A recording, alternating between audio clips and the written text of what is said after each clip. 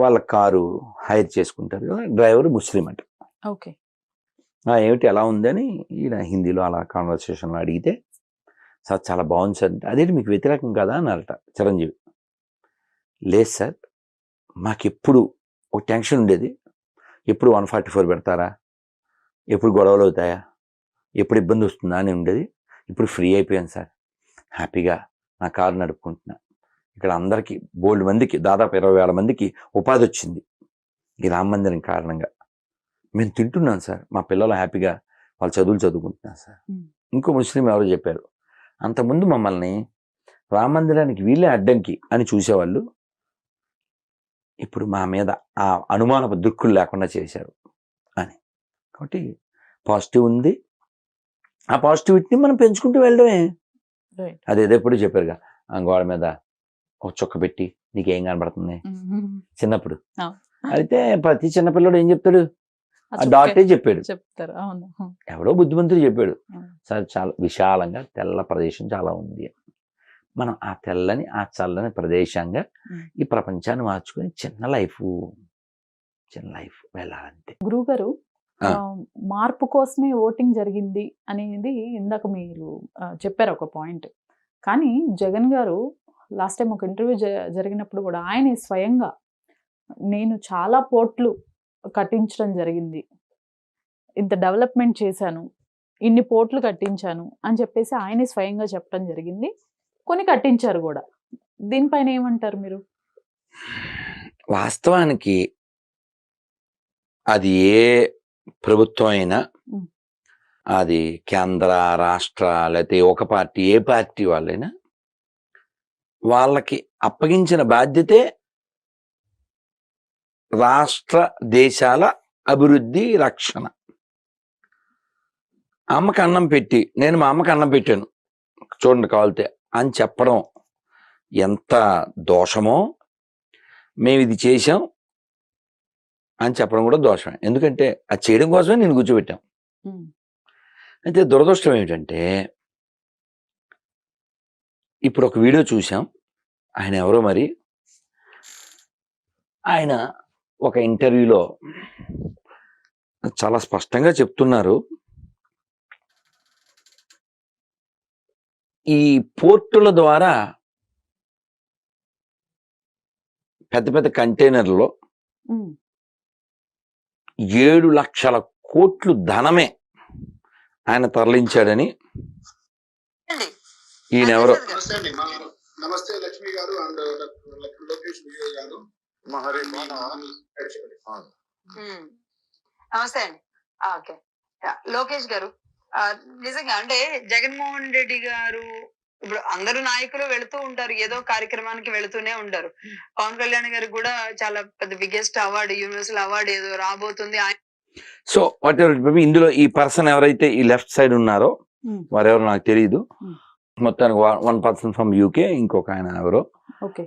వారి అభియోగం మరి, అంటే వారు చాలా స్ట్రాంగ్ గా చెప్తున్నారు, నీరు పల్ల మెరుగు నిజం దేవుడు ఎరుగని చెప్పారు. ఆయన పోర్ట్లు కట్టించిన మాట వాస్తవమే, ప్రజాధనంతో ప్రజల కోసం పోర్ట్లు కట్టించడం మంచిదే. కానీ ఆ పోర్టుల ద్వారా 7 లక్షల కోట్ల ధనం క్యాష్ ఇతర దేశాలకి 7 లక్షల కోట్ల ధనం తరలించబడిందని చెప్తున్నారు విత్ ప్రూఫ్స్. ఎవరి డబ్బులు అంటారు అవి? ఒకవేళ ఆయన మాట అబద్ధమైతే ఆయన ఏమన్నా చేయమని కూడా చెప్తున్నాడు ఆయన. ఎక్కడి డబ్బు, ఎవరి డబ్బు, అంతే. కాబట్టి అది కాక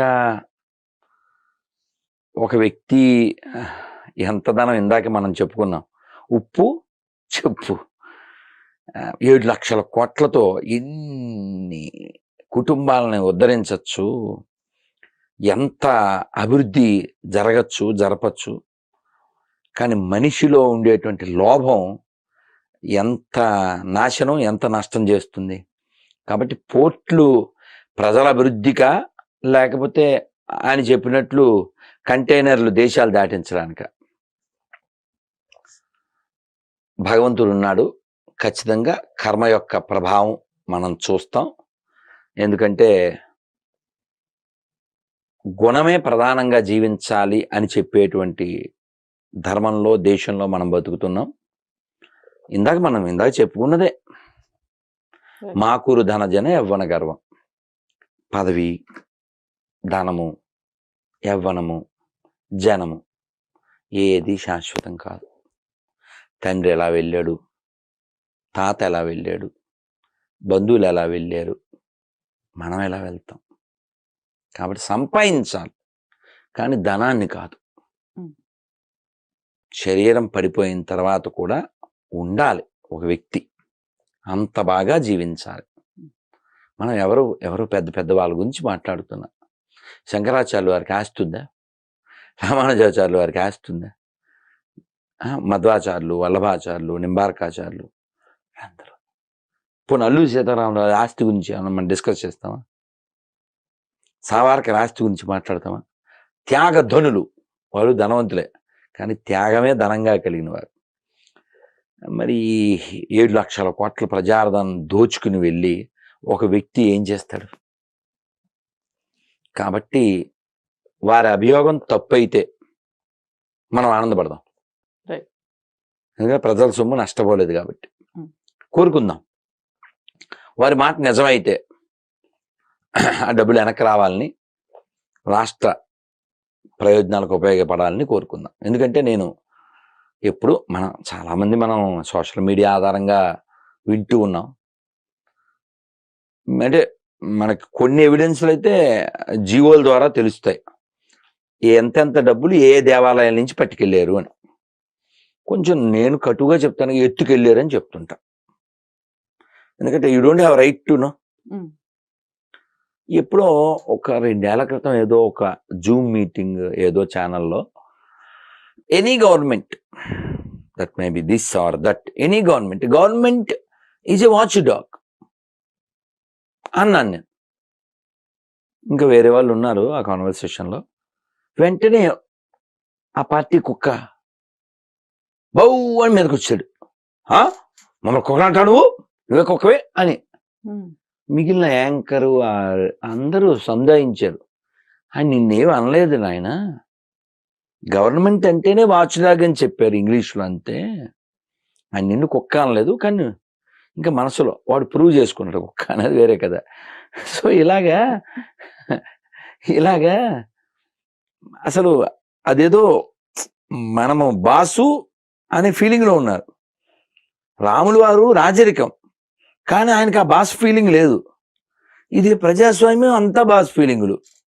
చాలా చిత్రమైన ప్రజాస్వామ్యం కదా.